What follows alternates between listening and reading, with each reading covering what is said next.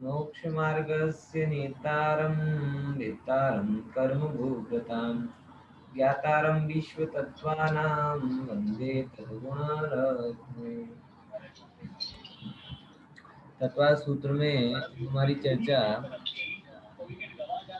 चल रही है क्रम से, और कल हमने चर्चा में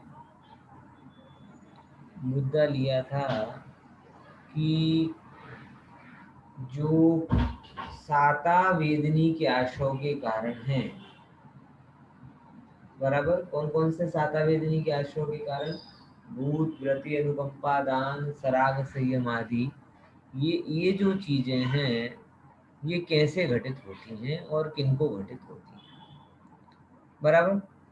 हमने काफी सारी बातें चालू वहां से की थी। आज हम लोग को नई स्लाइड पे चर्चा करनी है अगले सूत्र से, कि उसके अलावा और क्या क्या है अलग अलग कर्मों के आश्रव के कारण। ठीक है, मोहिनी कर्म है, मोहिनी कर्म। अब ये मोहिनी कर्म है, ये दो प्रकार से चल रहा है। एक तो कहलाता है दर्शन मोहिनी और एक चारित्र मोहिनी। ठीक है ना, समझ रहे ना, समझ रहे हैं ना, कि एक दर्शन मोहिनी कहलाता है और एक चारित्र मोहिनी कहलाता है। अब दर्शन मोहिनी और चारित्र मोहिनी, इन दोनों में क्या मूल बात है? देखो जरा अपन थोड़ा समझते हैं कि एक्चुअल में मोह शब्द का मतलब क्या होता है। मोह शब्द का मतलब क्या होता है? मोह का मतलब होता है अंधकार, मोह का मतलब होता है नशा, मोह का मतलब होता है उन्मत्तता, बराबर ना? अब जब नशा आपके श्रद्धान पे छा जाता है, तो उसमें जो बाधक कर्म होता है उसे हम दर्शन मोहिनी कहते हैं। अब नशा आ जाएगा तो क्या होगा? जैसे किसी को जब नशा आता है तो क्या करता है? माता को पत्नी, पत्नी को माता कहता है, उचित अनुचित का विवेक नहीं रखता, कुछ भी कर सकता है, कुछ भी कह सकता है। शराबी का कोई ठिकाना होता है क्या? ऐसे ही जिसे मोह का उदय चल रहा है, वो मोह के उदय वाला जीव कुछ भी कह सकता है, कुछ भी कर सकता है। बात समझ में आई ना? तो ऐसा वह मोह कहलाता है, और वो मोह दो ही जगह आता है। एक तो आपके श्रद्धान पर आता है तो पर को अपना कहता है, और आचरण पर आता है तो वह राग द्वेष करता है। ठीक है, तो विपरीत को, भिन्न पर को अपना मानना, वो भी मोह है, और पर में अच्छा बुरा मानना, वो भी मोह है। और ये सब मोह नशा है। मोह महामद पियो अनादि, ये सूत्र है तत्वार सूत्र को छह डाला में, कि मोह को क्या बोला है? महान शराब कहा है। छोटी मोटी शराब नहीं बोला, महान शराब कहा, जो अनादिकाल से हमको पकड़े हुए है। ठीक है ना, बराबर। अब उस मोह रूपी शराब के सेवन से क्या क्या होता है वो बताते हैं। देखो, मोहिनी कर्म के दो भेद होते हैं, दर्शन मोहिनी और चरित्र मोहिनी। दर्शन मोहिनी के कारण विपरीत श्रद्धान होता है, और चरित्र मोहिनी के कारण विपरीत आचरण होता है। ये अपन ने समझ लिया। अथवा ऐसा भी कह सकते हैं कि जब ये जीव विपरीत श्रद्धान करता है, तब जिस कर्म का उदय निमित्त होता है उसे दर्शन मोहिनी कहते हैं। और ये जब ये जीव विपरीत आचरण करता है, तब जिस कर्म का उदय निमित्त होता है उसे चरित्र मोहिनी कर्म कहते हैं। ऐसे समझ। अब उसका खुलासा करते हैं कि दर्शन मोहिनी कर्म किसके कारण, ये का आश्रव किसके कारण से होता है, बराबर ना? तो बड़ी सरल सी बात है। सबसे पहले दर्शन मोहिनी का कार्य आपने समझी, कि जिसके कारण आत्मानुभवन ना हो, आत्म श्रद्धा ना हो, आत्म रुचि ना हो। बराबर समझ में आ रहा कि नहीं आ रहा क्या बोल रहा हूं? ये शब्दों को समझो। जिस कर्म के कारण जीवों को आत्म श्रद्धा, आत्मानुभवन, आत्म रुचि नहीं होती, ये सब दर्शन मोहिनी कर्म के कार्य हैं।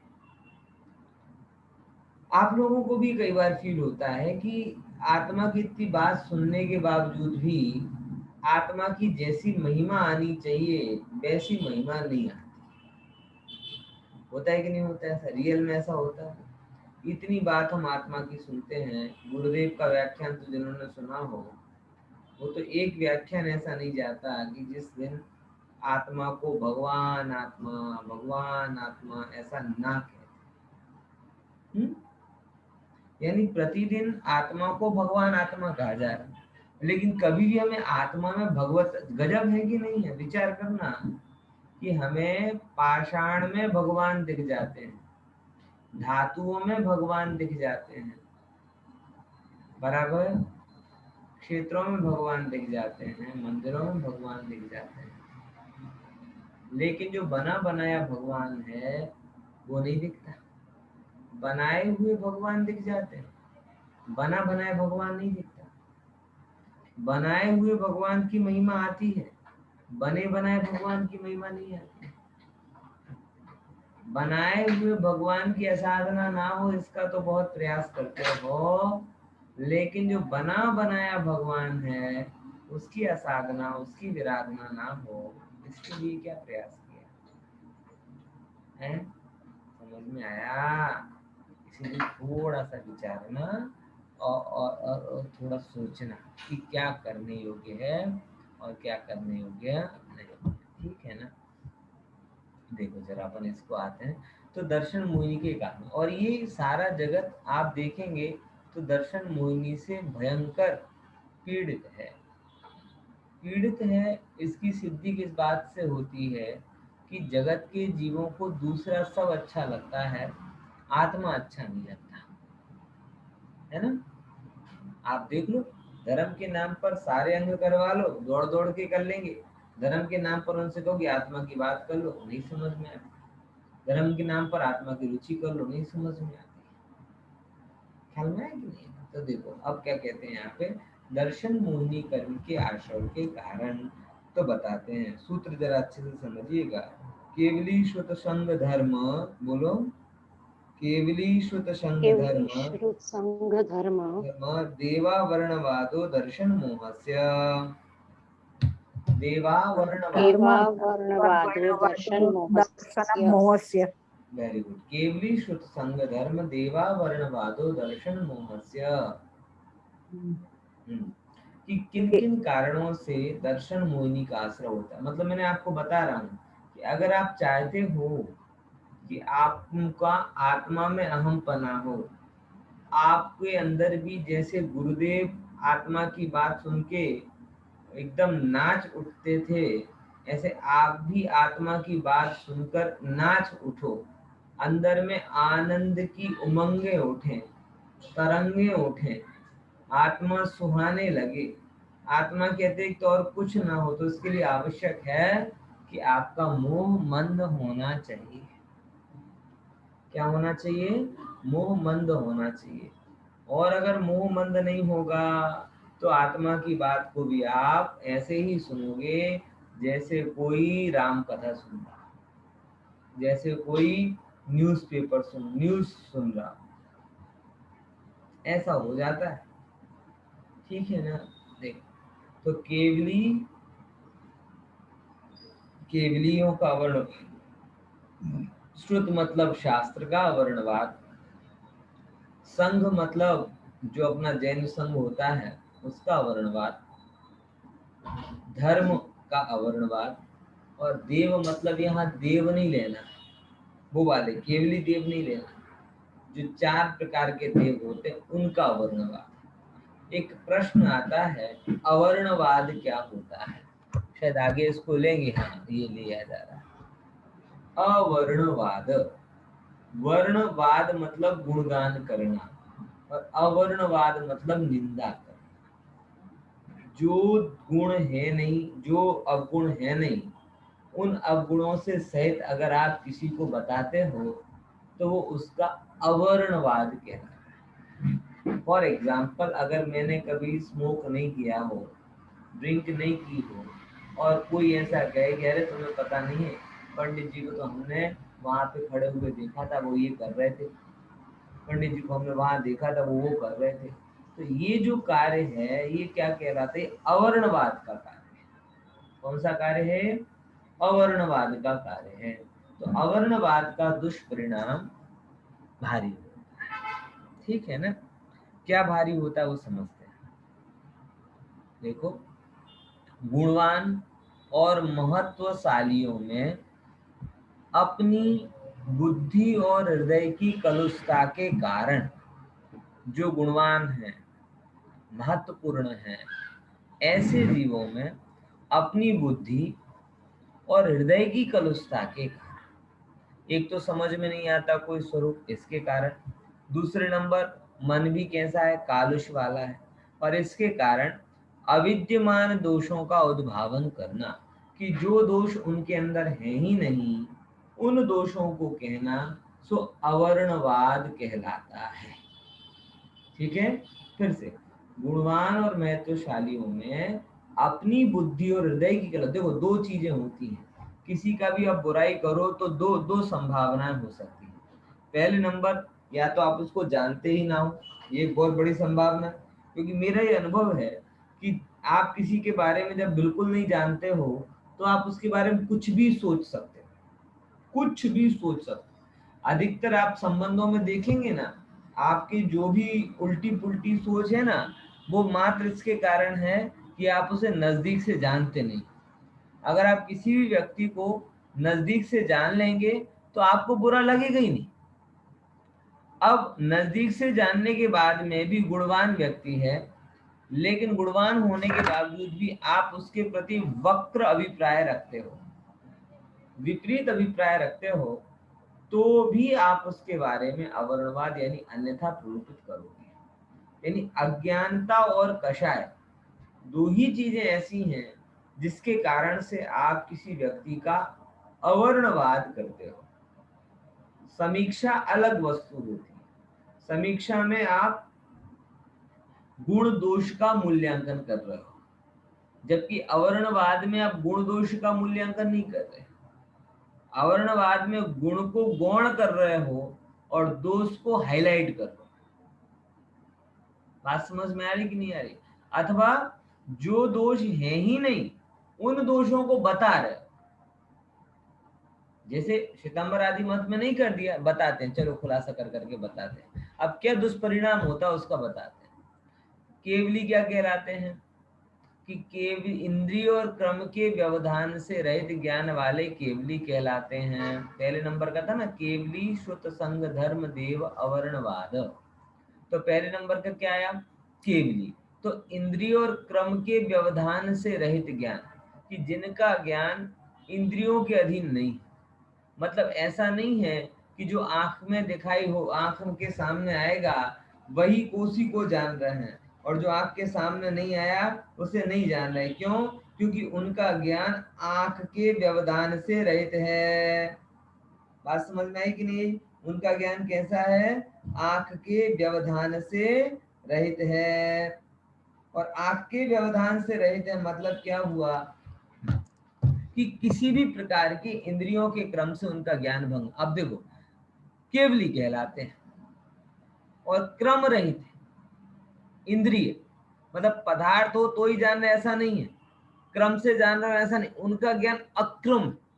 अब ये अक्रम ज्ञान शब्द जो है ना, अक्रम ज्ञान, ये दादा भगवान वालों ने पकड़ लिया। वो बार बार एक ही शब्द बोलते हैं, अक्रम विज्ञान, अक्रम विज्ञान। मतलब हम सब लोग तो क्रम से जानने वाले छदमस्त हैं, और जो दादा भगवान है वो अक्रम विज्ञान है, मतलब वो एक साथ सब कुछ जानते हैं। एक बहुत करीब से जानने वाले लोगों ने ये कहा है, दादा भगवान और सिमंदर भगवान की तुलना की, कि सिमंदर भगवान का ज्ञान 360 डिग्री है और दादा भगवान का ज्ञान 356 डिग्री है, मतलब 4 डिग्री कम रहेगी।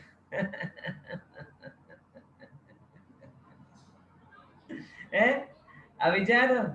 और ये ऐसा ज्ञान, अद्भुत ज्ञान कहाँ प्रकट हुआ? बोले ऐसा अद्भुत ज्ञान सूरत के रेलवे स्टेशन पर प्रकट हो गया।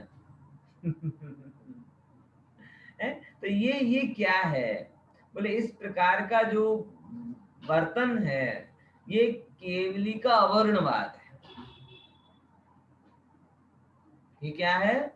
ये केवली का अवर्णवाद है। और मैं स्पष्टता के साथ में कह सकता हूँ कि दादा भगवान के को मैंने बहुत ज्यादा तो नहीं सुना, लेकिन कुछ साहित्य जो मैंने उनका पढ़ा है उसके आधार से मैं इतना जरूर कह सकता हूँ कि उन्होंने गुरुदेव श्री को और समय सार को जरूर पढ़ा है और सुना है, इतना कह सकता। लेकिन कुछ बातें नहीं समझ में आई होंगी, बैठी नहीं होंगी, अथवा ऐसा लगा होगा कि ऐसे ही कहेंगे तो ज्यादा लोग नहीं सुन पाएंगे, तो थोड़ा बहुत कॉम्प्रोमाइज करके उन्होंने उस बातों को अपने हिसाब से कहना चालू कर दिया। नाम सीमंदर भगवान का रखा, तत्व समय सार का लिया, लेकिन उन्हें लगा कि अगर हमने ये कह दिया कि जो वीतरागी देवशास गुरु को माने वही संकिति है, वही मुक्ति का अधिकारी है, तो फिर एक तो हम कम लोगों में पहुंच पाएंगे, बराबर। तो लिबरल बन जाओ, मतलब सब लोग त्रिमूर्ति, त्रिदेव, ये कॉन्सेप्ट रखा। दूसरे नंबर की बात, आचार विचार में ज्यादा चुस्त करेंगे तो लोग अटक जाएंगे, तो उन्होंने दो समझौते किए। कौन कौन से? एक तो मिथ्यात्व के विषय में समझौता कर लिया, तुम जो मत मानते हो, जैसा मत मानते हो चलेगा। दूसरा नंबर का समझौता कर लिया आचार विचार, जो खाते हो जो पीते हो चलेगा। आप अगर देखेंगे गंभीरता के साथ में तो जैनों में धर्म को अपनाने में लोगों को सबसे बड़ी ये दो चुनौतियां लगती हैं। कौन कौन सी? अब वो मूल है, एक श्रद्धान की बात है और आचार की बात है, रत्नत्रय। अब रत्नत्रय के ही निकाल दोगे, कोरे कोरे ज्ञान से करोगे तो कैसे काम चल पाएगा? वो रत्नत्रय कहाँ गया जो मोक्ष का मार्ग है? इसीलिए उनने लगा कि हम समझौतावादी होकर एक लिबरल जैनिज्म प्रस्तुत करेंगे जिससे से ज्यादा लोग आकर्षित होंगे, लेकिन उसमें जैन धर्म रहा ही कहाँ।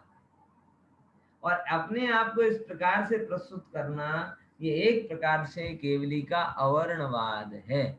इसलिए अक्रम शब्द का बड़ा गहरा और गंभीर अर्थ होता है कि जिस ज्ञान में कोई भी क्रम नहीं है, जिस ज्ञान में कोई भी क्रम नहीं है, इसका मतलब क्या है कि जो एक साथ युगपद जानता है सब चीजों को, जहां पे किसी भी प्रकार का कोई अंतराल नहीं आता, वो कहलाता है अक्रम ज्ञान, बराबर। तो ऐसे अक्रम ज्ञान से सहित कौन होते हैं? केवली। मतलब उसको ऐसा समझ लो कि जैसे आज हमको वर्तमान में हम बैठे हैं और हमें भूत का याद करना हो तो ये एक साथ नहीं आता हमें याद। बट अगर आप देखो यहाँ सुनते सुनते अगर आपका दिमाग भूत में चला गया, कोई पुरानी बात याद, तो आप मैंने क्या बोला वो आप मिस कर जाओगे। हो जाता कि नहीं हो जाता? तो अपने दिमाग दूसरे के चला गया था, याद नहीं रहा, व्यवधान पड़ जाता है क्रम का।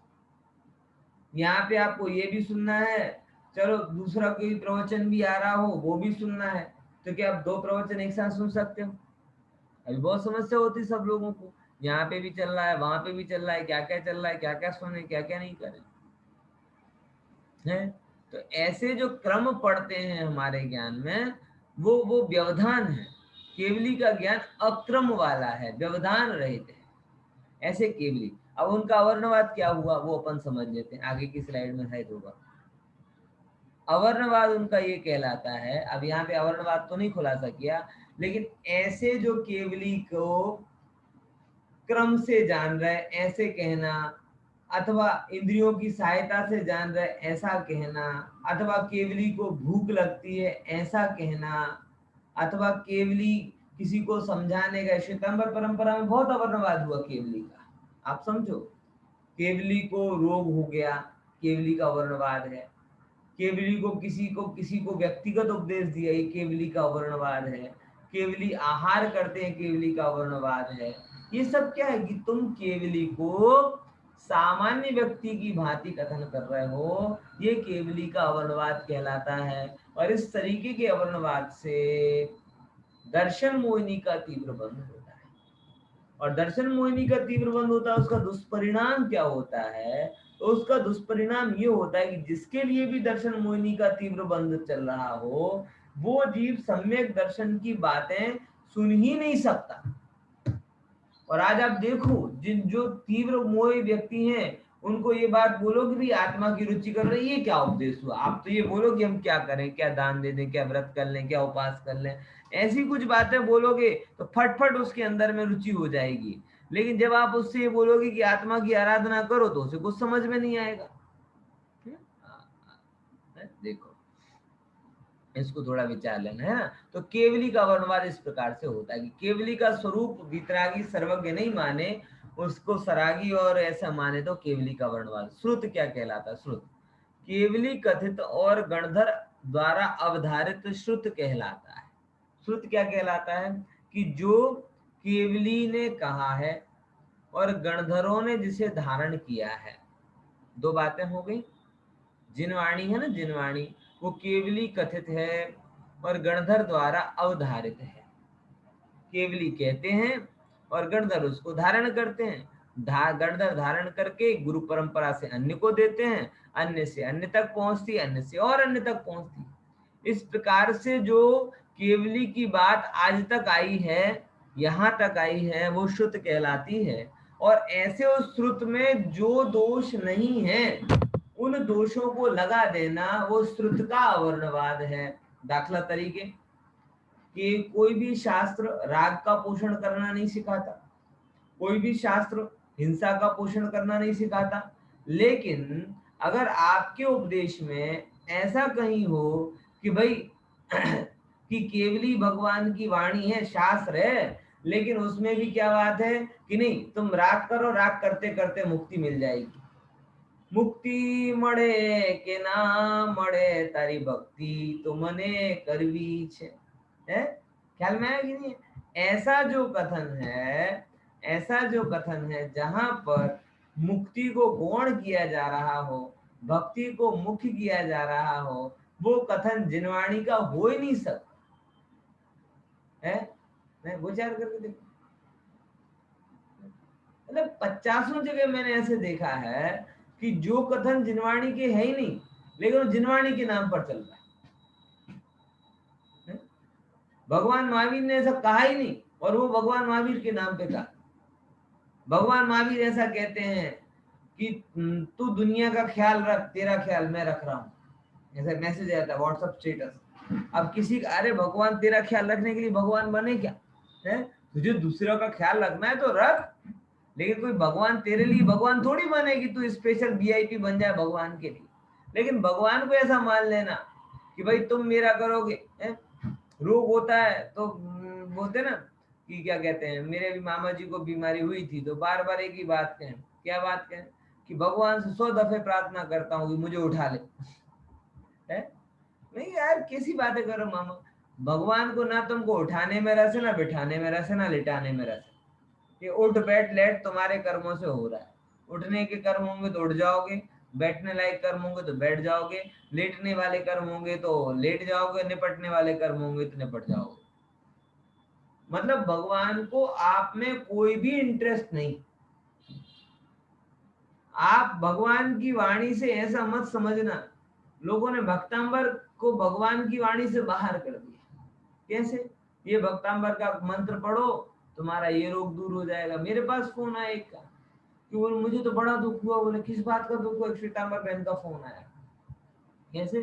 कि अभी तक तो मैं इतने सालों से भक्तांबर पढ़ रही थी, लेकिन एक मैंने YouTube का वीडियो सुना, उसमें बोले कि आपको तो भक्तांबर पढ़ने नहीं आता। मैंने अच्छा, शुद्ध उच्चारण नहीं आता? नहीं नहीं, उच्चारण तो मेरा शुद्ध है। उसमें ये बोला था कि अगर 45वें नंबर का काव्य आपने पूर्व दिशा की तरफ मुंह करके नहीं पढ़ा तो आपको भक्तांबर पढ़ने ही नहीं आता। मैंने कहा धन्य है। आप क्या कहोगे इस बारे में? मैंने कहा जिन्होंने कहा उनसे मिलो, मेरी ताकत नहीं है इतने गहरा अर्थ करने की। है, विचार करके देख। बोले वो YouTube पर है, मुझे मिल नहीं रहा है। तो मैंने भाई ढूंढो उसमें, मेरा दिमाग मत खाओ। अब 45वें नंबर के काव्य का पूरब दिशा के साथ क्या कनेक्शन है मुझे नहीं पता, उनने पता मैंने, आप जब भी उनसे मिलो आप उनसे केवल इतना पूछ लेना ये जो दिशाओं का कनेक्शन है आया कहाँ से। कोई से शास्त्र में क्या क्या मानतुंग आचार्य डायरेक्ट कह के गए थे कि मानतुंग आचार्य की गुप्त सीढ़ी तुम्हारे हाथ में लग गई थी, जिसमें उन्होंने सीक्रेट रहस्य छिपा के रखे थे कि भक्तांबर स्तोत्र 45वां काव्य पूरब दिशा, भक्तांबर स्तोत्र 32वां काव्य पश्चिम दिशा, लाल रंग है, आसन, इतना मतलब इतना ज्यादा वो यूट्यूब पे उन्होंने सुना और घबरा गई। बोले मैं तो जिंदगी भर से गलत ही गलत कर रही थी।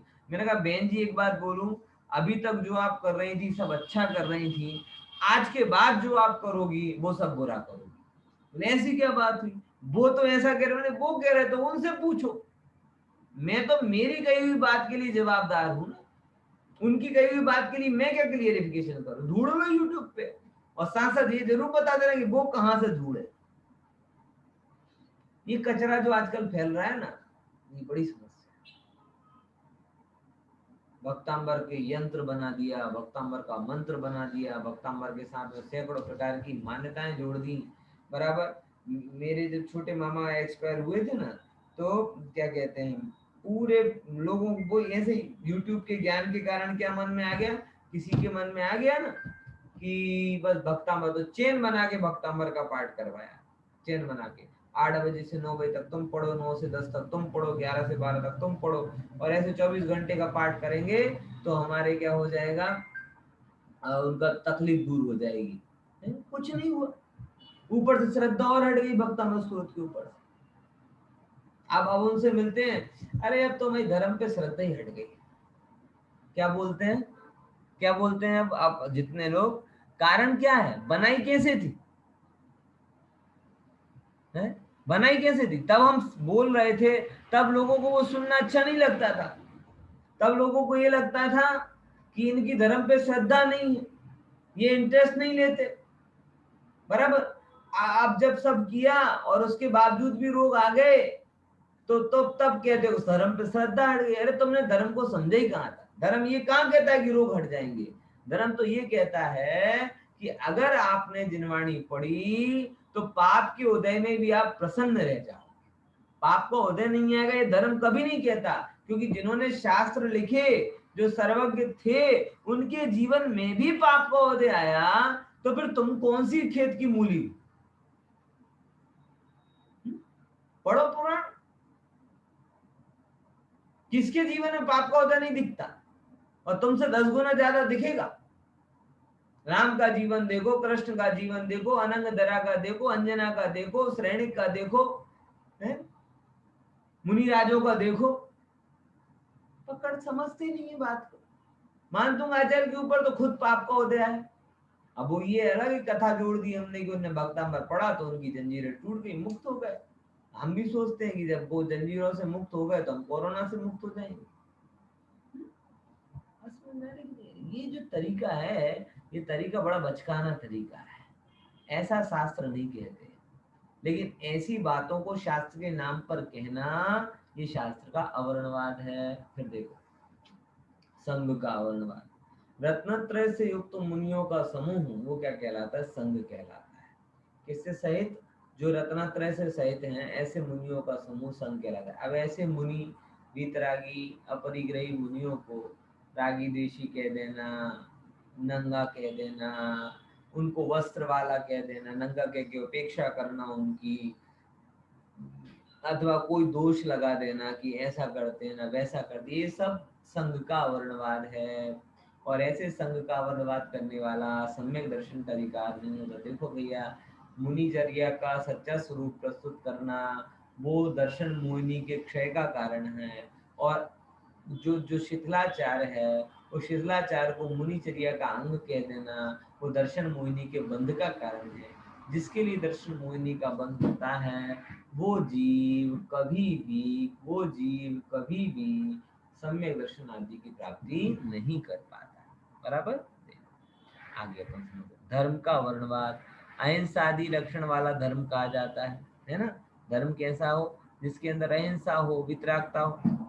अब ऐसे अहिंसामयी और वितरागमयी धर्म को आप ऐसे करो कि भाई पूजा के नाम पे अगर आप हिंसा कर रहे हो तो चल जाएगा, ऐसे कह के हिंसा का पोषण करो।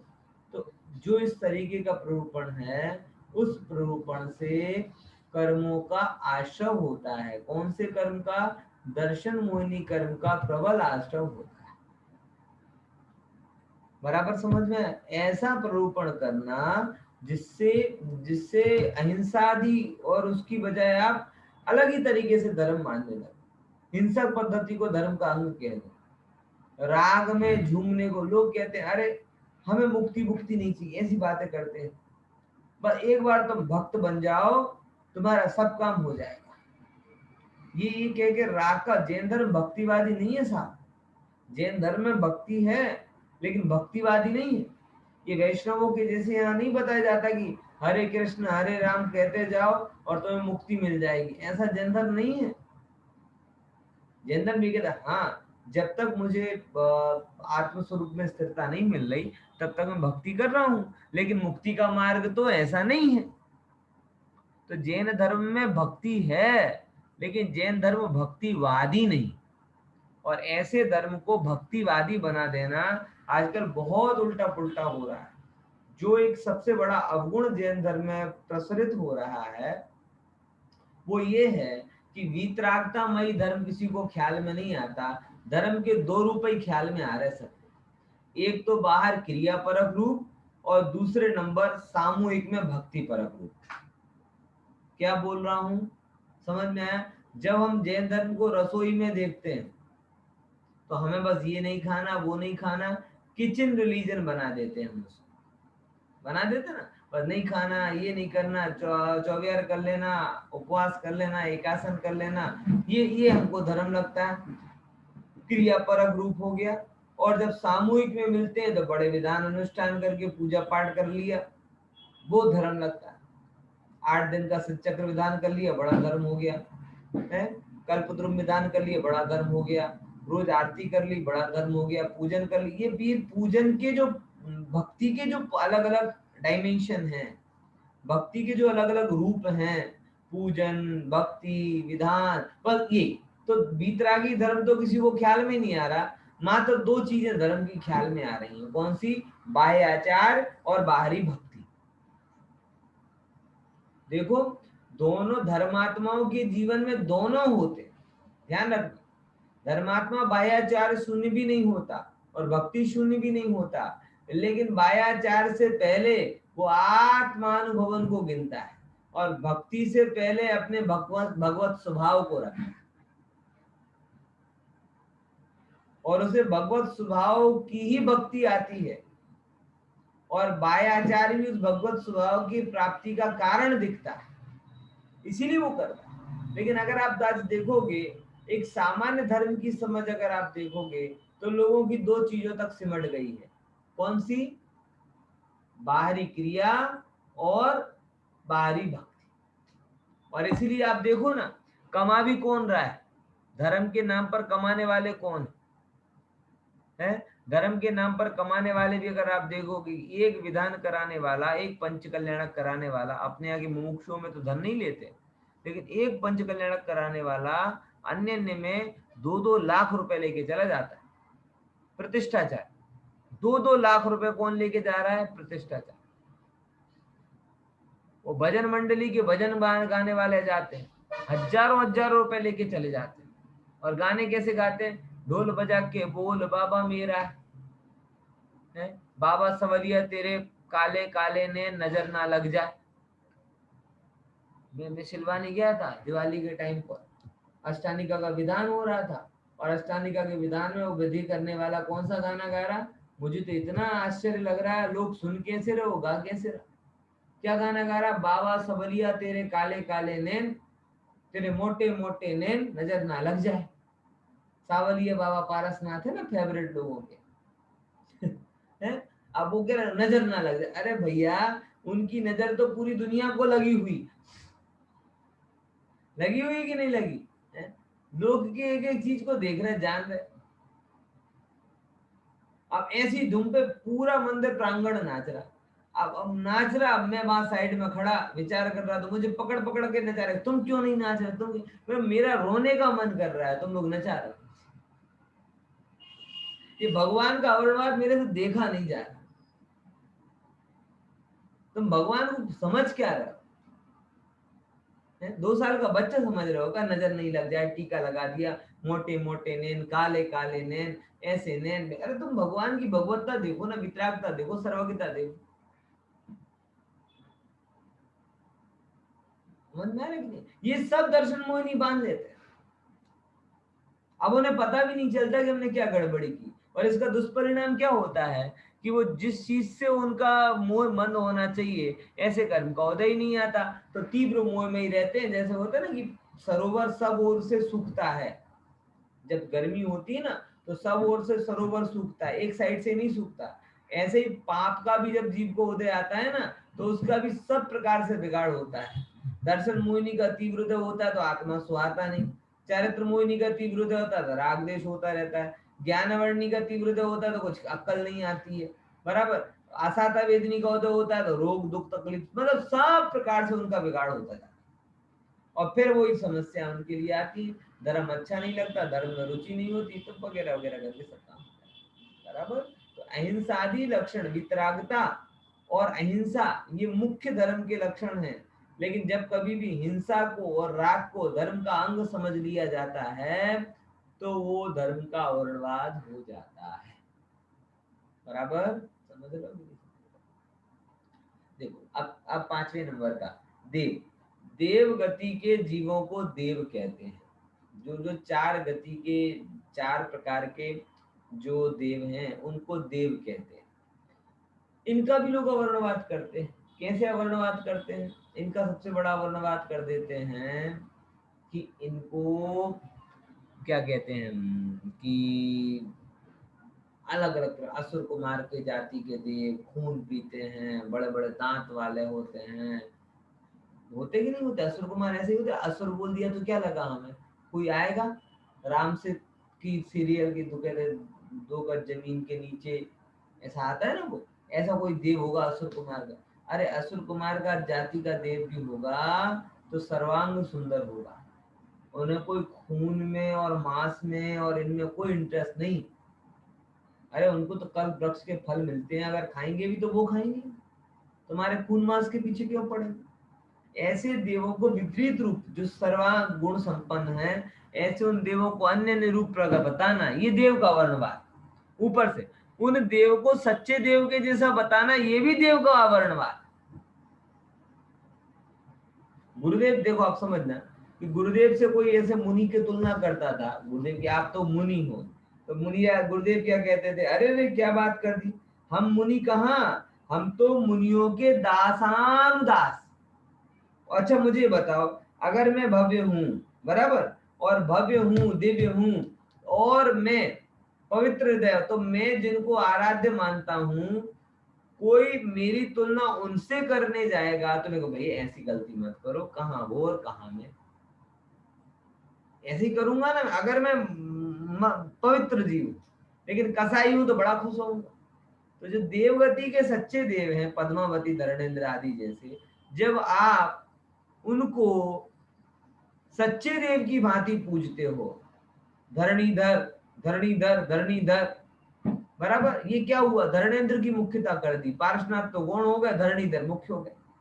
तो धरणीधर को भी, धर्मेंद्र को भी होता है कि तुम प्रधानमंत्री को तो पूछते नहीं हो और चपरासी को पूछ लो। ये देव का वर्णवाद। ऐसे से भी दर्शन मोहिनी बनता है। बोले हमारी लेने देने की व्यवस्था, बोले तुम क्यों चिंता करते हो, साधर्मी साधर्मी की मदद अगर कर सकता है तो करेगा, उसके लिए साधर्मी को पूजने की जरूरत नहीं है। लेकिन मोह के अधीन होकर जीव उनको करने लगते हैं, तो ये भी देव का। तो इन प्रकार के कार्यों से केवली शुद्ध संग, धर्म और